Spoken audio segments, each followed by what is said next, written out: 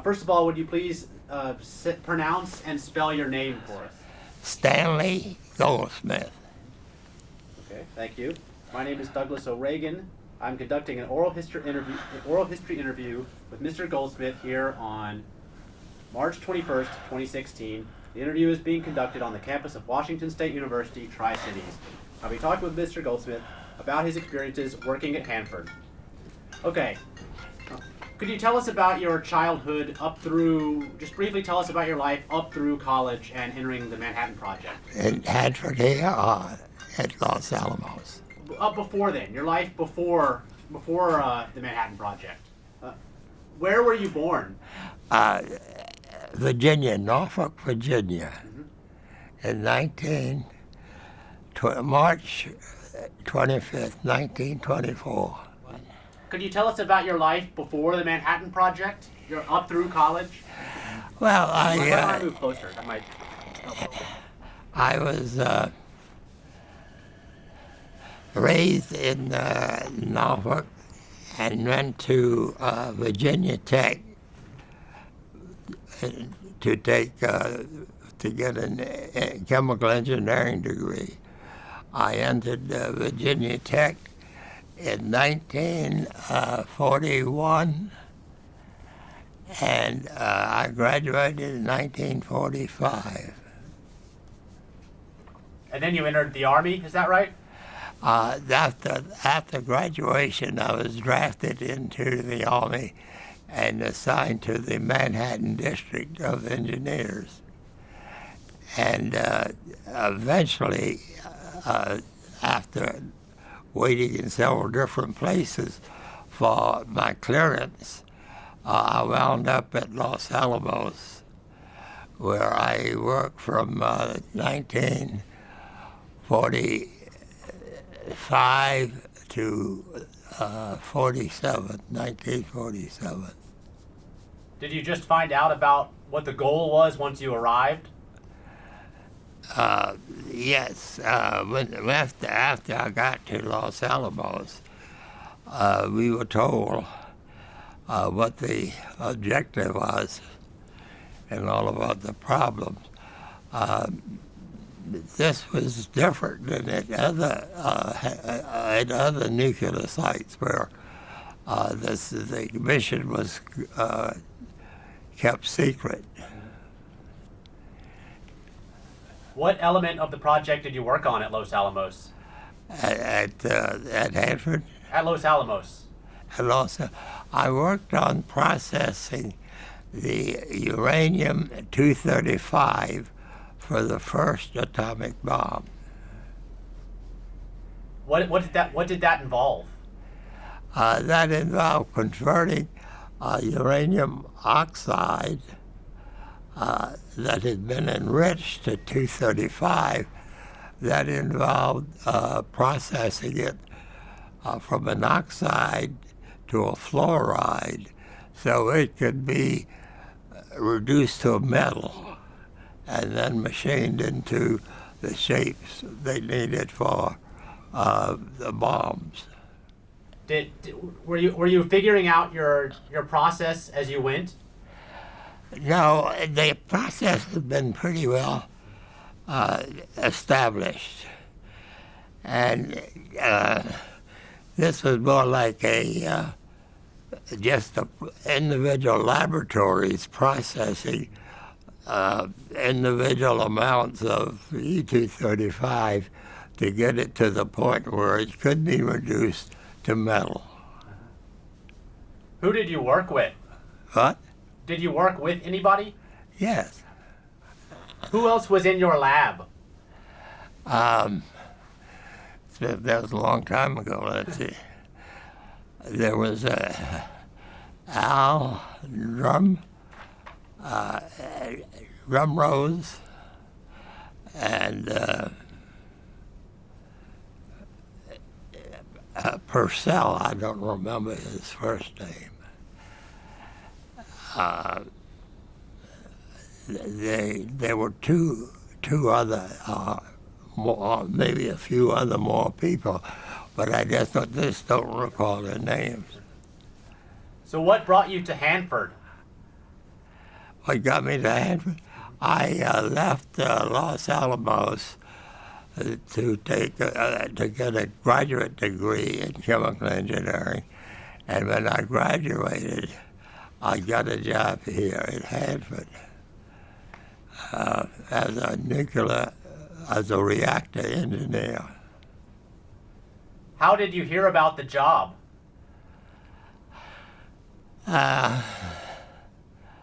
Well, I knew about Hanford, and I had sent out letters of inquiry about positions that may be open here and at other sites. And I got the position here in 1950. So you wanted specifically to work at Hanford or other site? Did you have specific goals of what you wanted to do?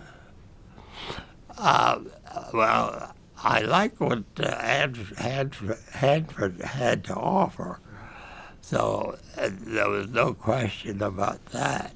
They satisfied what I was looking for. What were your first impressions of the area? Well, it was shocking, to say the least. It was out in the wilderness. And when I arrived in 1950, General Electric operated the whole site, including the housing and all of the utilities and so forth. And they assigned me a house that I don't remember what the rent was, but it was very inexpensive. And then in 1960,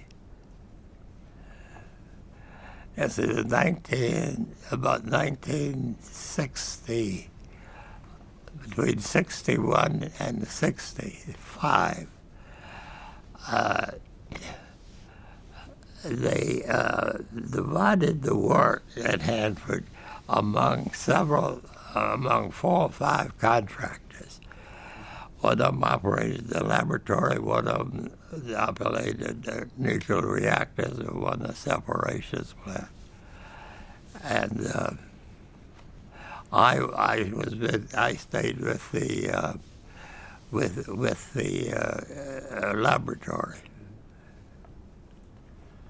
Could you walk us through an average day when you first, say in 1950 or 52? What sort of work were you doing? What sort of work? Mm-hmm.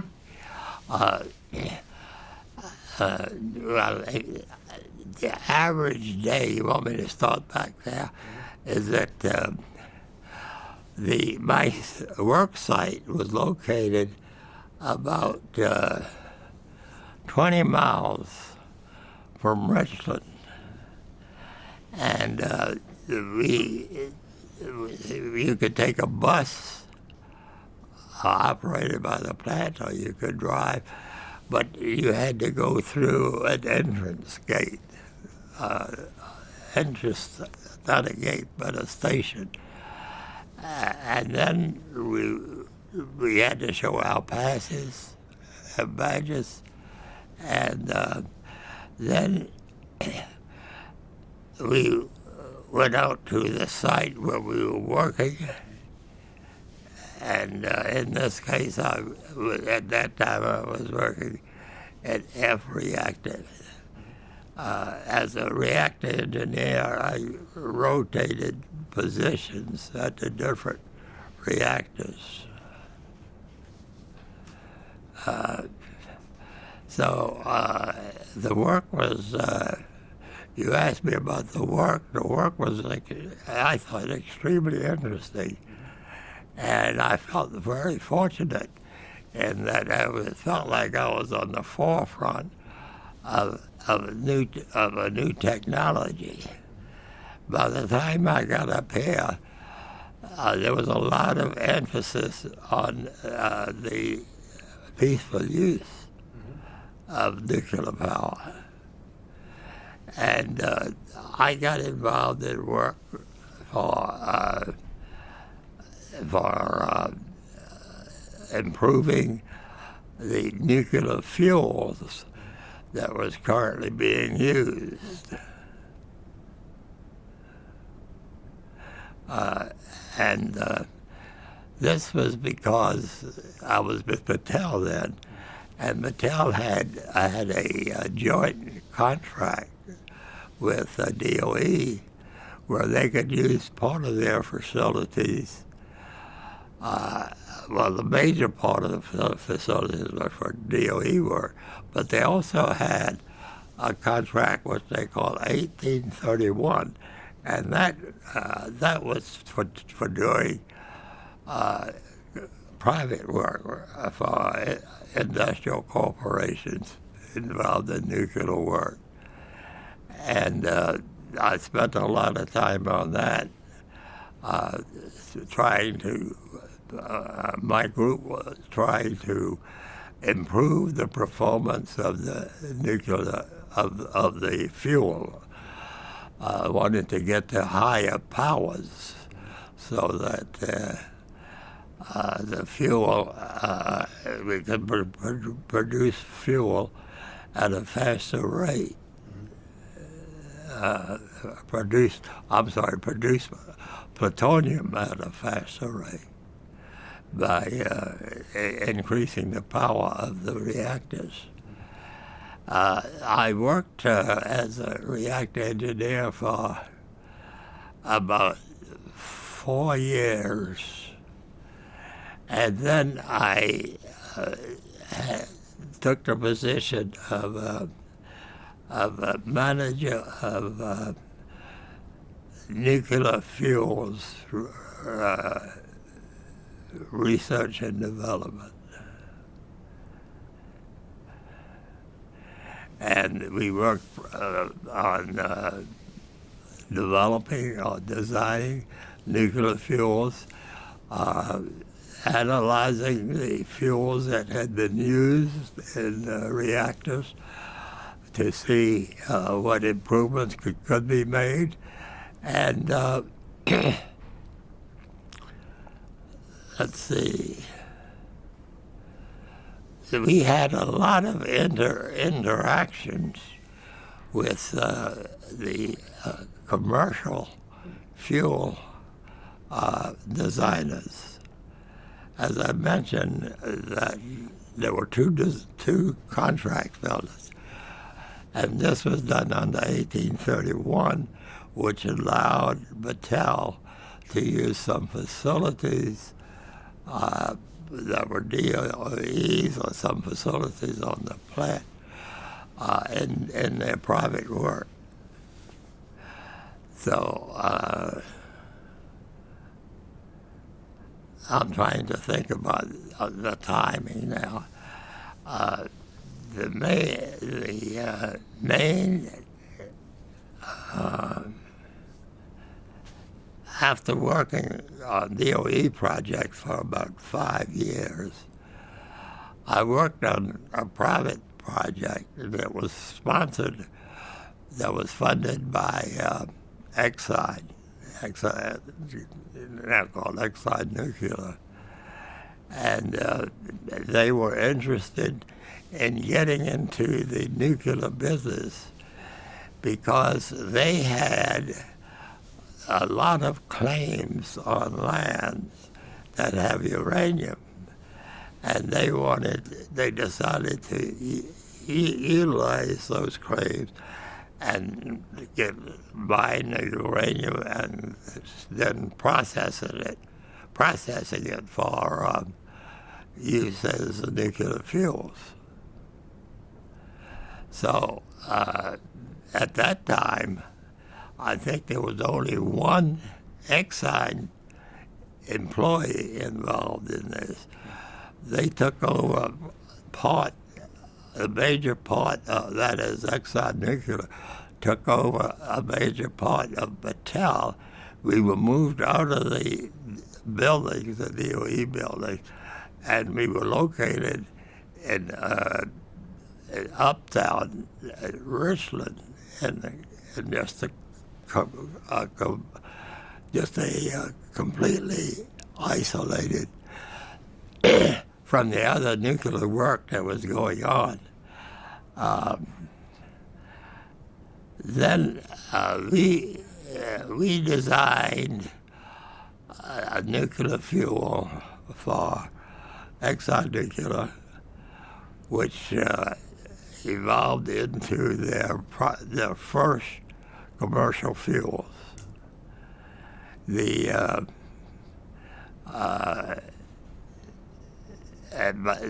during that time, Exxon Nuclear began to have their own staff.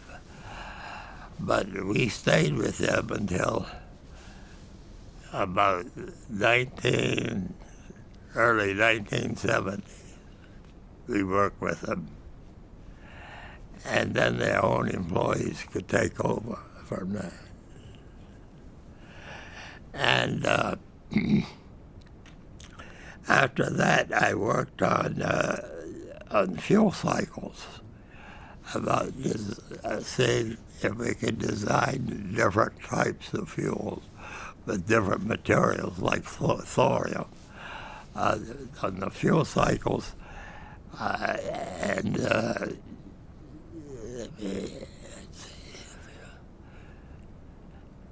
this was work for DOE,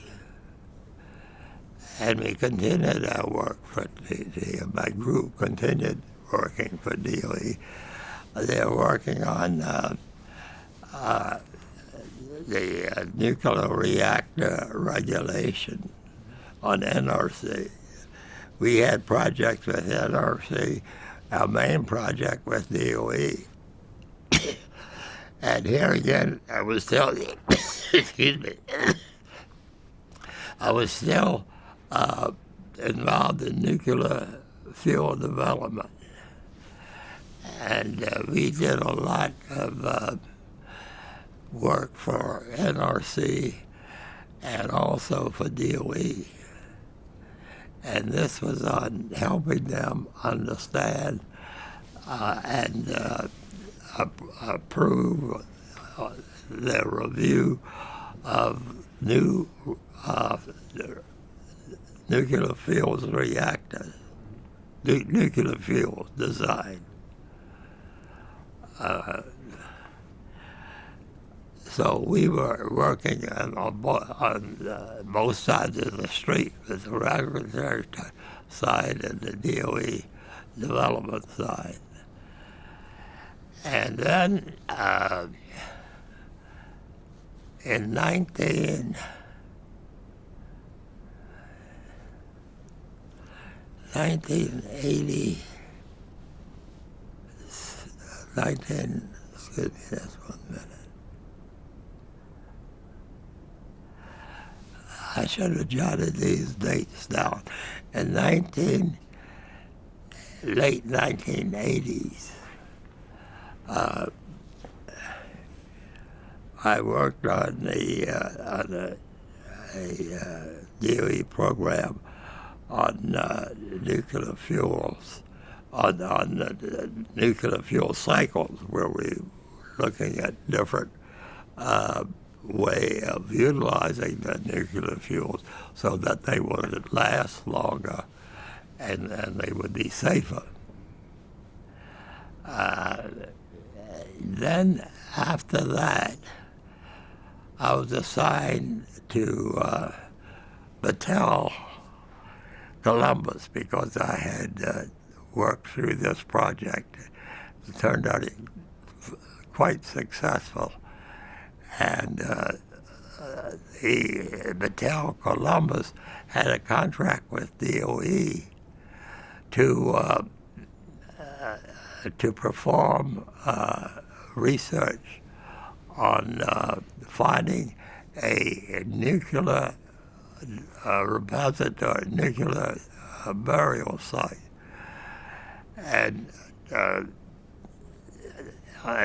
was the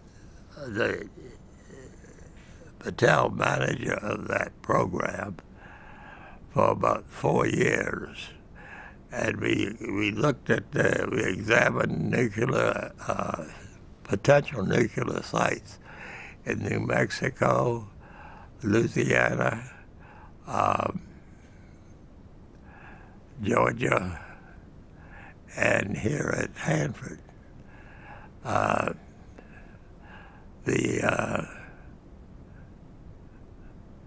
This program went on for about 4 or 5 years, and then DOE selected the Nevada site, at Los Alamos, not Los Alamos, at Las Vegas, for the site to bury the spent nuclear fuels.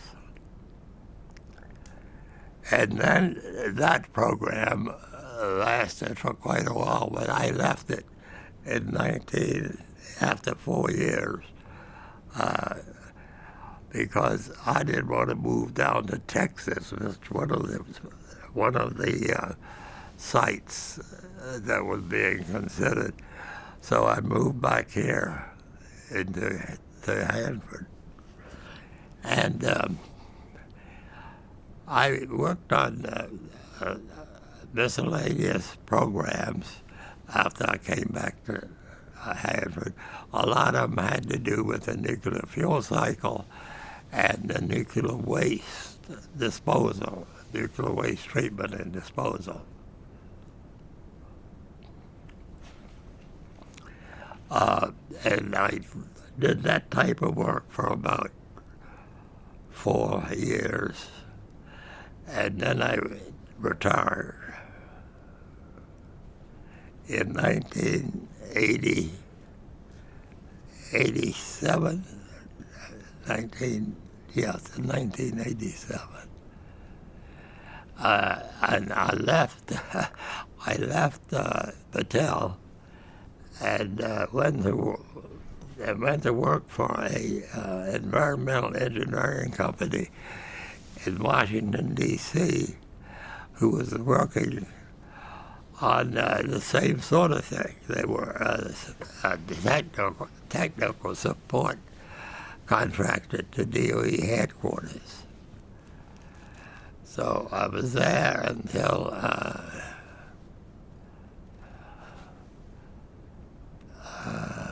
let's see. I was there until about 1994. And then I still continued to work, even though I was retired from Battelle. I had actually moved back to Battelle and was hired back to Battelle as a consultant so that I could retain my pension and the salary for the job. And then that went on till about 1992. And finally I retired for good. So that's a very brief and sketchy description of what I did here at Hanford. One thing that, a little sideline, you may be interested. You asked about what Hanford was like. When I first came to work here, there were very few facilities that could be used at Hanford, and I didn't need a special to do my work. I didn't need a specially designed building structure. But I did do work on design, and that work was done. The group was assigned to the Hanford High School.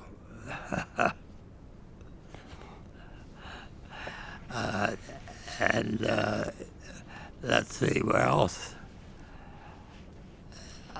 As I said, I had worked at most of the reactors that were operating at that time.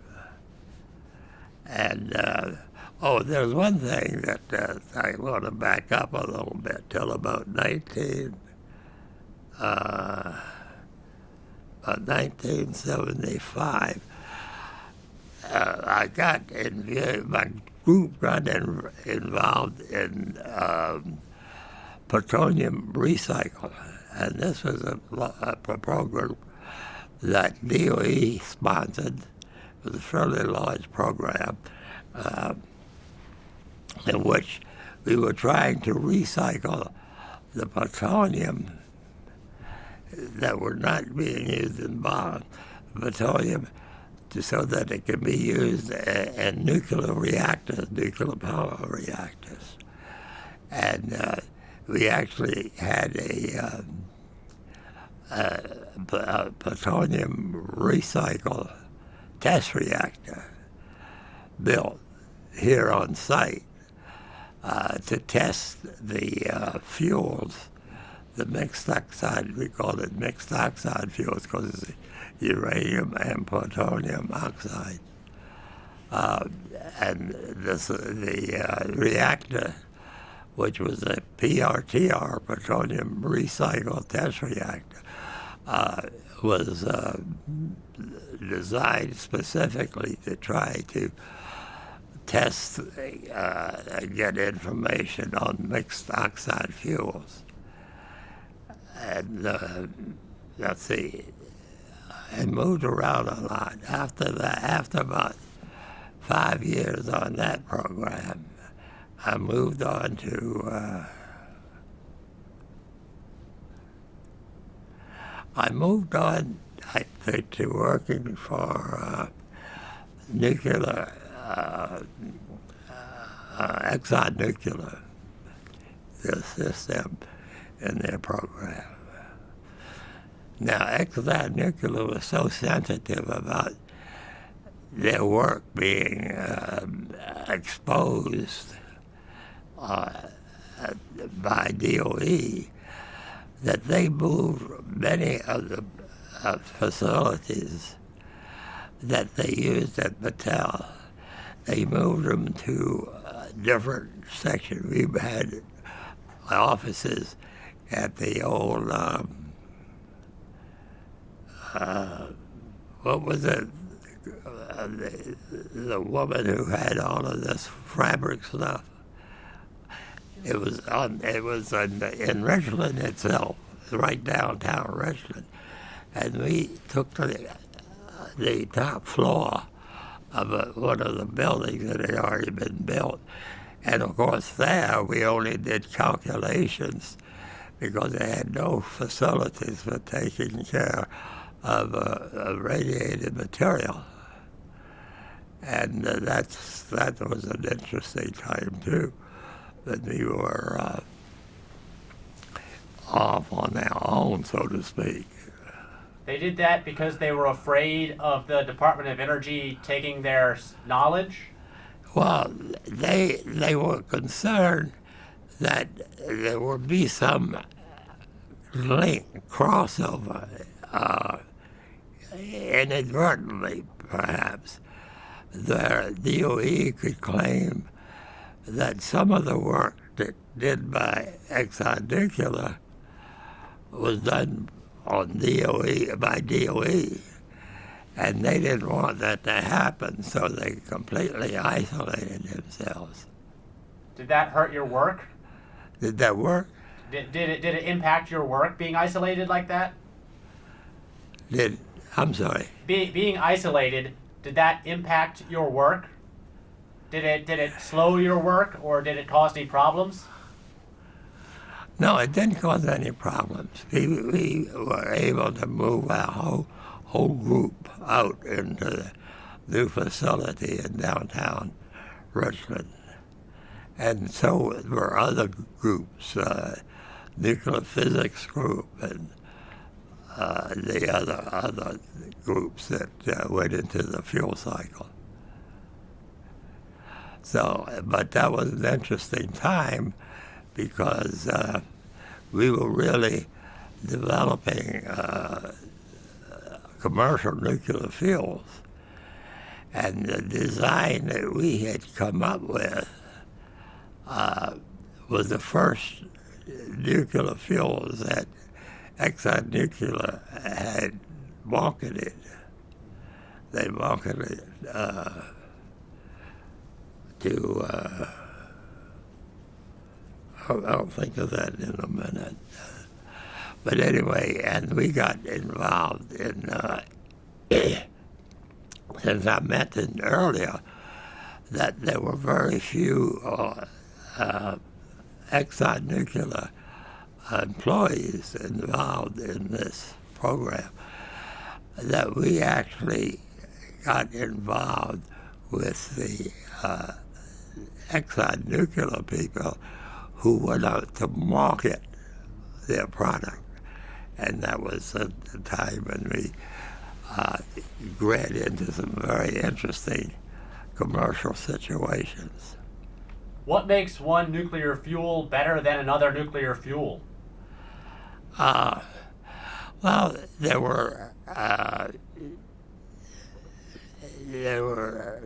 were made primarily from uranium, and they were oxides. They were made into compressed pellets. Now, some of these were different. Some of these were specifically made for boiling water reactors, and others was for pressurized water reactors. There was a design difference in the two reactors. One of them, the power level was about the same, but the design of the fuel and the way it was structured was different. So that made a difference in the fuel for the two types of reactors. After we got involved in working for Exxon Nuclear, when our contract with them expired, we became very much involved in working only for DOE and NRC. I think I mentioned that to you. And we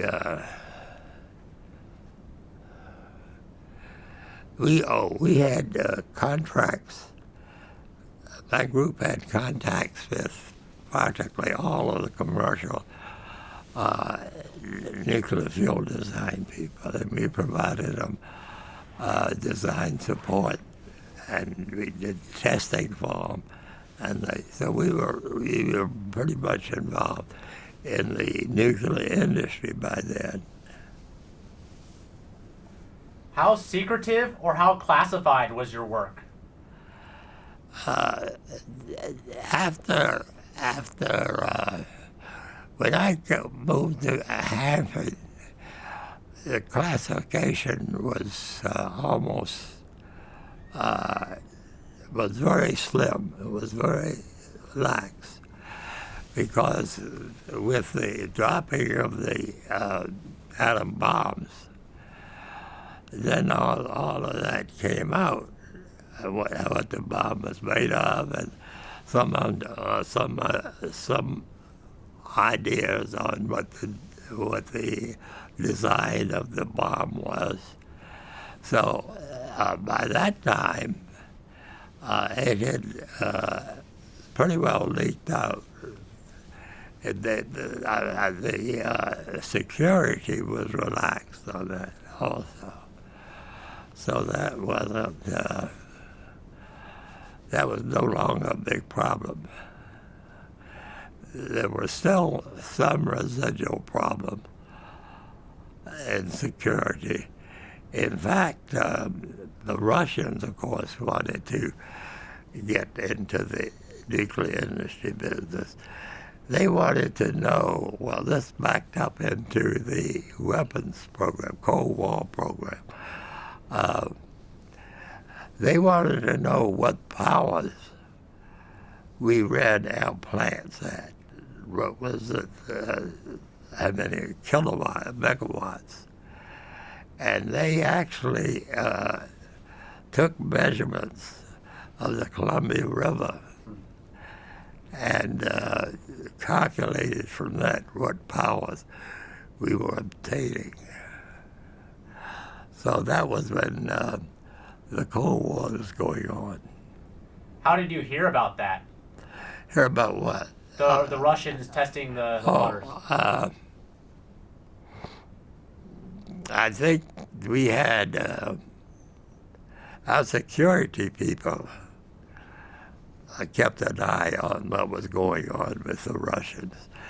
And this is one of the things they found out.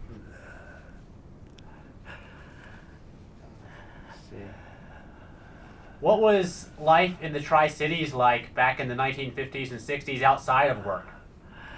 Well, it was pretty plain in a way, simple, because there weren't many things to do. There was only one theater, and there may have been one or two grocery stores, and I think there was one real estate agent.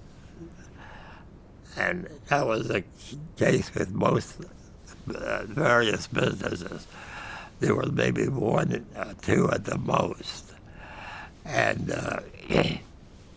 there was not much in the way of entertainment. I mentioned that we had a one theater. And the people, the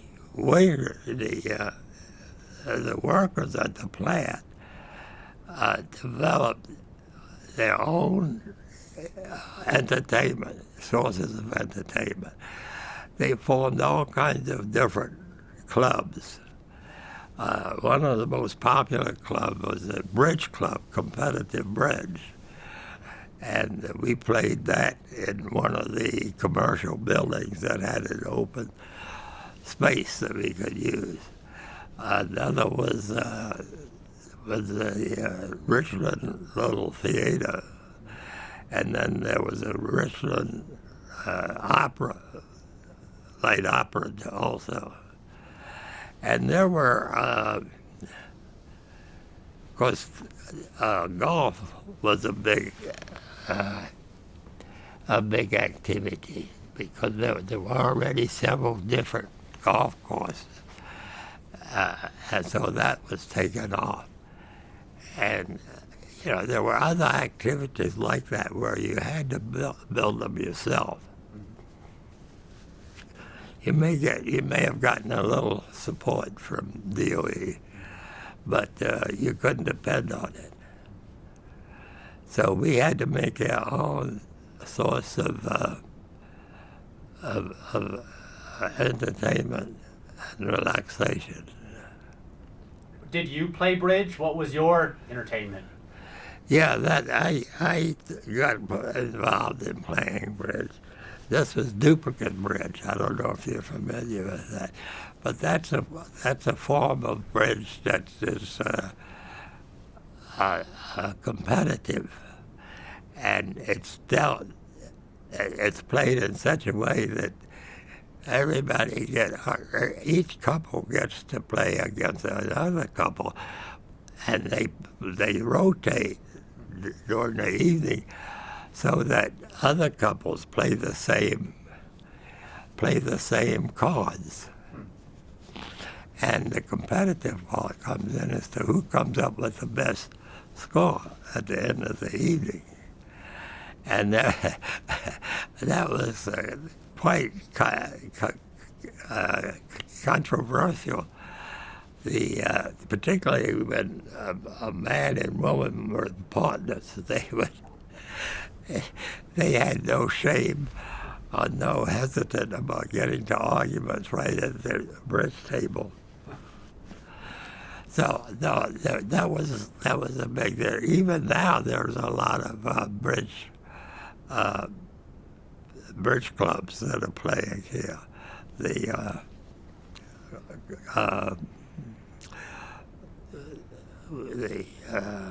duplicate bridge is what it's called.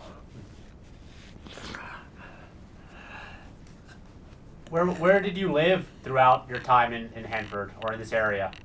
What's that? Where did you live? Did you move houses? Yeah, well, yeah. At that time, they were building houses like mad. And I lived in one of the government houses at the south end of Richland, of old Richland, not. And then I moved into what they called a ranch house. Those were a government house that was one story, and it had 3 bedrooms. So there was some furnishing that came with these houses. The rental on them was very nominal, and as I recall, we would provide many of these houses, and most of them were heated by coal, and the DOE actually, at that time, it was actually GE who ran the town, provided free coal. They would come around periodically and dump a load of coal for you to use in your houses. Sounds dirty. Huh? Sounds dirty. Seems like it would get you messy. All the dumping the coal. Is there a coal dust that would come up? What's that? When you burn the coal, would it be dirty? Would it make a lot of smoke, I guess? Not too bad. They must have used a hard coal that gave out less smoke. I don't know that it wasn't like an industrial company where they had large facilities that generated a lot of steam, a lot of smoke. This was kind of dispersed, so we didn't have a air problem at that time. We had the other thing that they did to make life easier. We have our own public transportation system, and you could ride on the buses that they had for free. So that was to make life easier for the employees. Must have been a lot of buses. What? Must have been a whole lot of buses. Well, most of the buses were actually used to go out to the area, to take the workers out to the area, because that is where you had a lot of people to be transported. The civilians or the private people many of them had their own cars, so they didn't use a bus.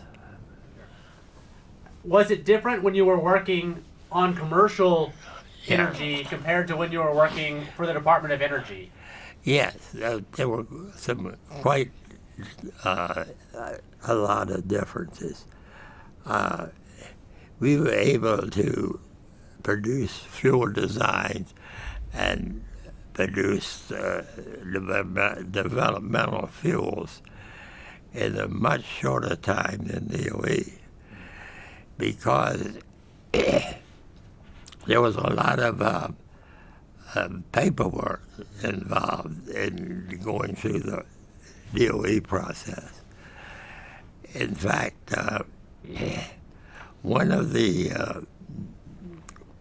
DOE people at headquarters who was in charge of reactor development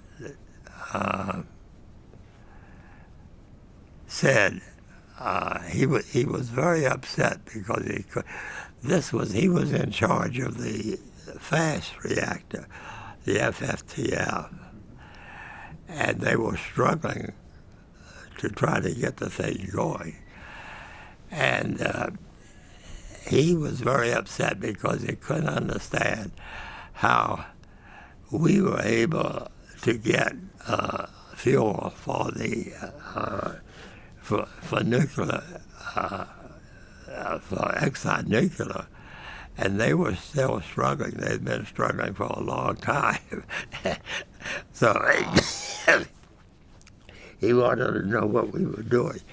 Well, what it was, we didn't have to jump through all the loops that you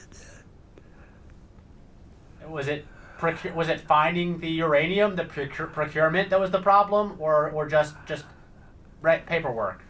No, the problem that DOE had was that they had a bureaucracy that kind of controlled things, and that always slows things down.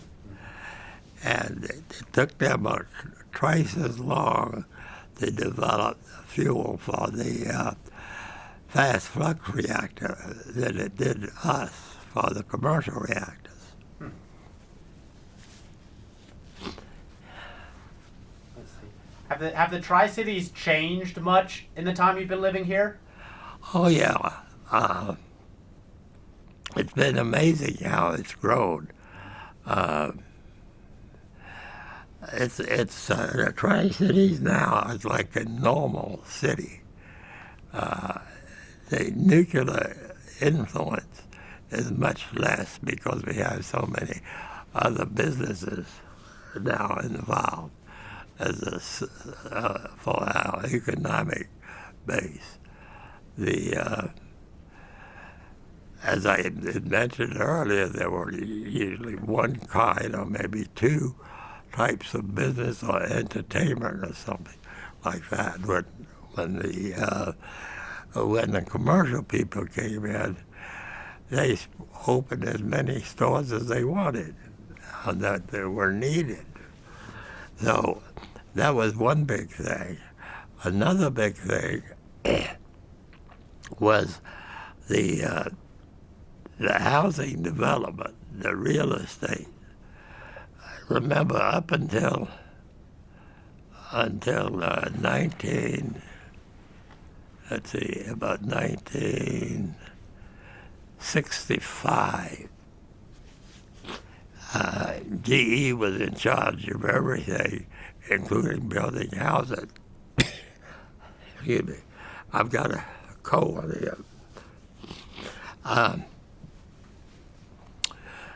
When they opened up the lands, part of the land surrounding territory was owned by the Department of Interior. It was government owned.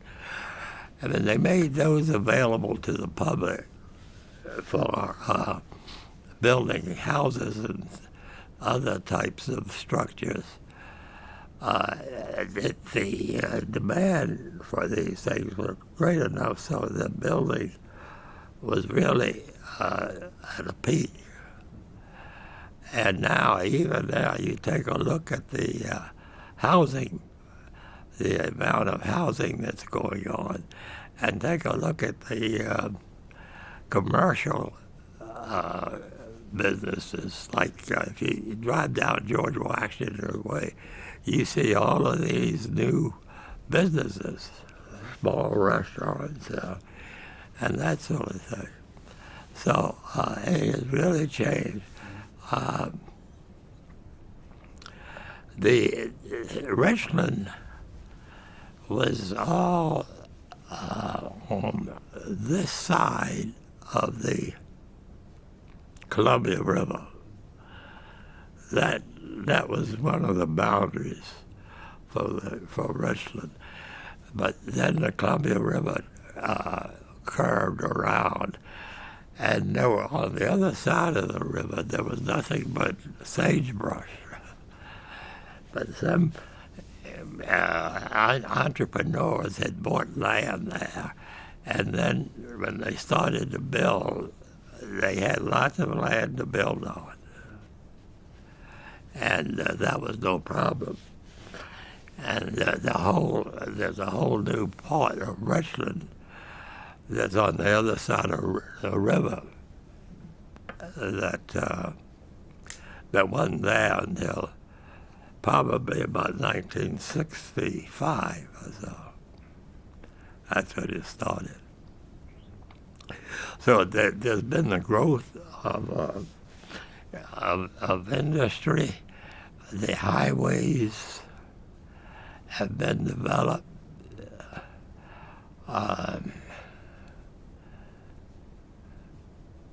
There's new industry that's come in. So there's been, we've developed quite a good industrial base now, and it's still growing. Are there any, to ask an open-ended question, are there any moments or stories that come to mind that you think are worth telling about your time working at Hanford? Well, I told you about how we had, early on, we had offices at the Hanford High School. That was, we made a lot of fun of that. Whenever anyone called you at the high school, they said, this is Stanley Goldsmith, class of 41, 42. There was a lot of amazing amount of work that was done on animals to use those to as some of the basic studies for the effect of radiation on animals. Now we hardly have any of those studies going on.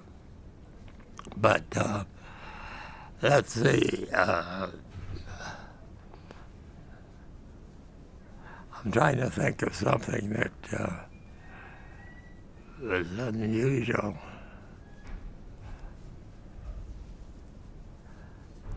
A lot of it, practically all of it, was unusual. How about something mundane, but is still kind of unusual, or maybe a sort of day in the life later on in your work? Well, I mentioned about the general public had to develop their own recreational activities.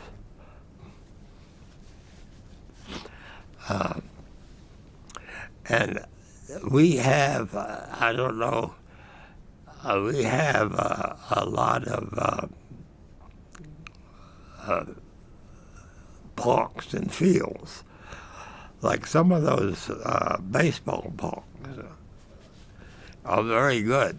I didn't appreciate how good they were until I have some relatives who live in Maryland, and we visited them, and we went to see their children's baseball game.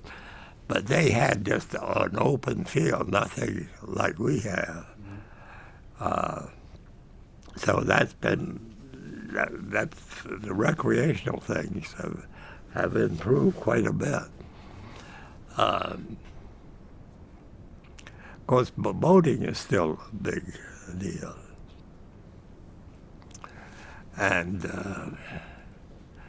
I really, as I said, there was so much growth going on that it's hard to pick out any one area. Excuse me.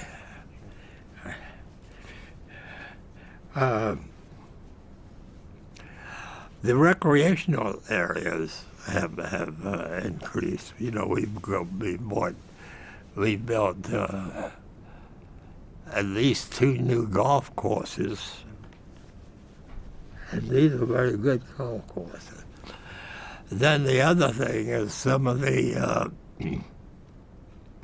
building of private homes around the golf courses. That has been low. We live in a community now that probably has, what would you say, Joyce, about 800 people? Something of that sort. And it's very nice. There's 2 such communities. One of them is called Canyon Lakes, where we live, and the other is called Meadow Springs. And that's been developed, highly developed. And they both have very nice golf courses. After you retired, didn't you work with the people from Israel, first offenders? Oh, yeah, that was an interesting little program. This was after I retired, and I was rehired. Mattel got a program from the State Department to help to develop ways for the first offenders at a terrorist site could make a better determination of what happened. And they did this on a worldwide basis, mainly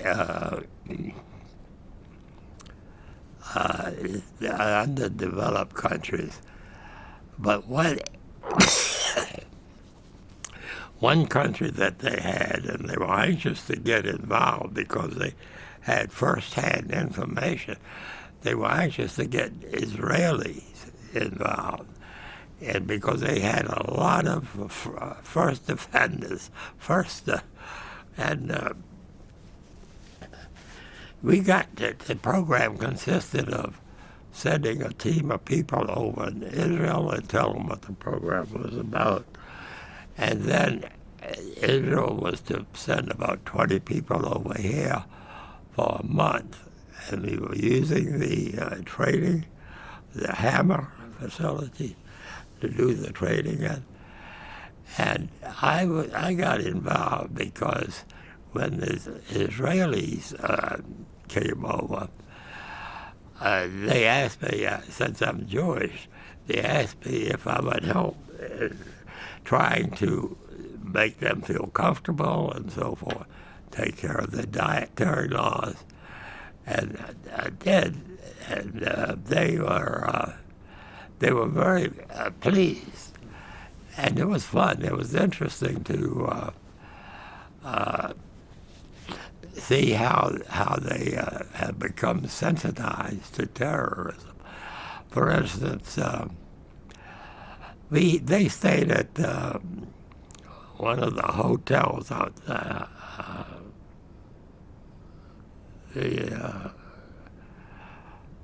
It's right outside of Columbia Center Mall. And every morning a bus would pick them up and take them out to the Hammer site. So after about 2 or 3 days, the bus driver said, no. Someone said, oh, we're going to take any different routes. And the bus driver thought they meant for sightseeing. But they didn't want to establish a pattern for terrorists to see what their schedule was. So they finally got them to change the route out to Hanford itself. But that was interesting because the view of the Israelis who had been submitted to so much terrorism and the view of the other countries that we trained but who had not been submitted were completely different, like night and day. So that was interesting experience.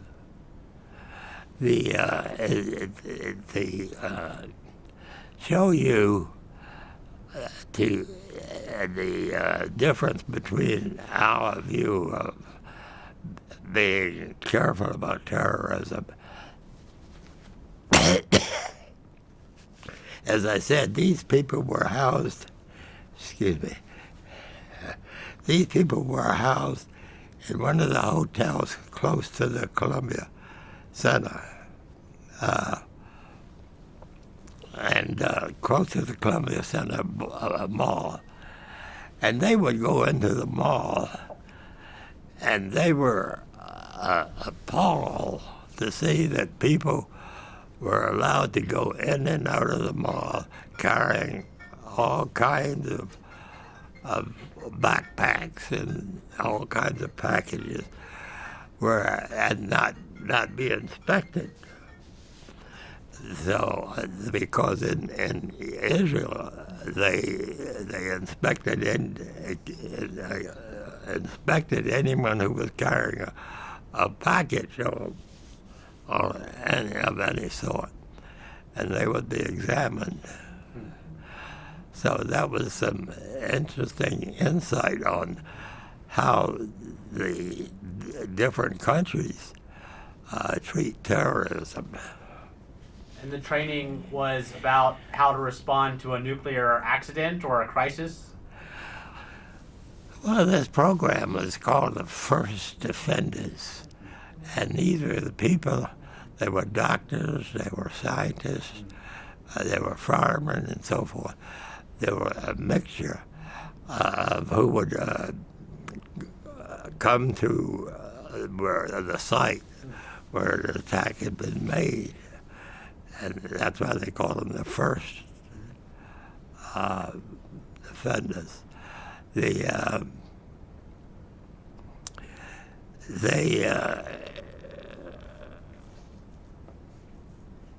see, what was I going to say? They were very, the ones that were really involved in anti-terrorism were very conscientious and good about it. We had some interesting things that arose as part of this program. As I said, there were nations from all over the world that was involved to a certain extent. And we had the Indians from India coming over, spending a month. They were put up in the Hanford House, Red Line Hanford House.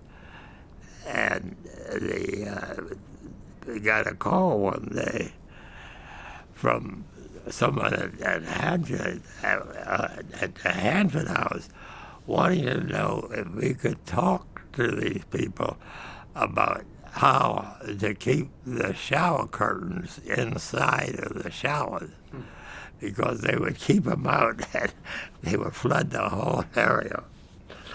And so there were strange incidences like that. I'm sorry, George. About when Bill Wiley was here and you worked at Patel in quality assurance. Did you share any of that? The quality? Uh-huh. Well, Bill Wiley was a very, I think he was very influential and left his mark on the site because he wanted to develop this environmental molecular laboratory. The rows of buildings out there, the new rows. And this opened up a whole new set of doors for Battelle to grow. They went into more basic stuff. Up to that time, we mainly focused on working on problems with nuclear reactors and nuclear fuels. But this is completely different from that. This was basic science that these laboratories allow us to get involved in. And it's opened up a whole new area. And I think Battelle and Hanford in general has benefited from it. because they get a lot of extra programs that they wouldn't have before. Were you involved with these basic science programs? No, I was in nuclear fuels and nuclear reactors. Most of the time I was here. But I didn't get into any of the basic science programs. Did you want to say anything about this Oppenheimer letter? Maybe introduce it for us? He was a very nice guy, and he was very considerate, and everybody liked him. He was very friendly, and friendly in a reserved way. He didn't go around smacking people on the back, but you know, he was warm and he remembered names. At any rate, when I got after the peace was declared, I think it was that later dated 1945. No, not 1945.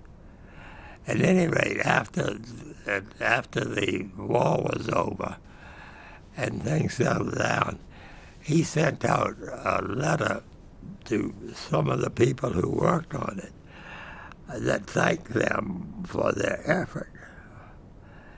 And he sent me one of those letters. And I'm very impressed with it because he knew what I was doing because he could mention that in his letter. And I've been very proud of that letter. So that's what that is all about. It may not be much to many people, but to people who've been involved in the nuclear industry, I think it has some impact. Did you ever meet any other Los Alamos or other Manhattan Project veterans who weren't from the Hanford site when you worked at Hanford? When I went to Hanford, did I ever meet any other people who had been at Los Alamos? No, there's not too many people. There's just a very few people here. I'm hoping, which I'd like to know, I wanted to put something in Facebook about saying how many people from Los Alamos who actually worked on the bomb still are around, because I don't think there are too many. I got my degree when I was 21, and then I immediately went to work and have done that since then. But I've lost track of most of the people. I think they're probably dead by now. But if there's something that comes up from that, I'd like to see. All right, well, thank you so much. Well, you're welcome. Thank you. Thank you.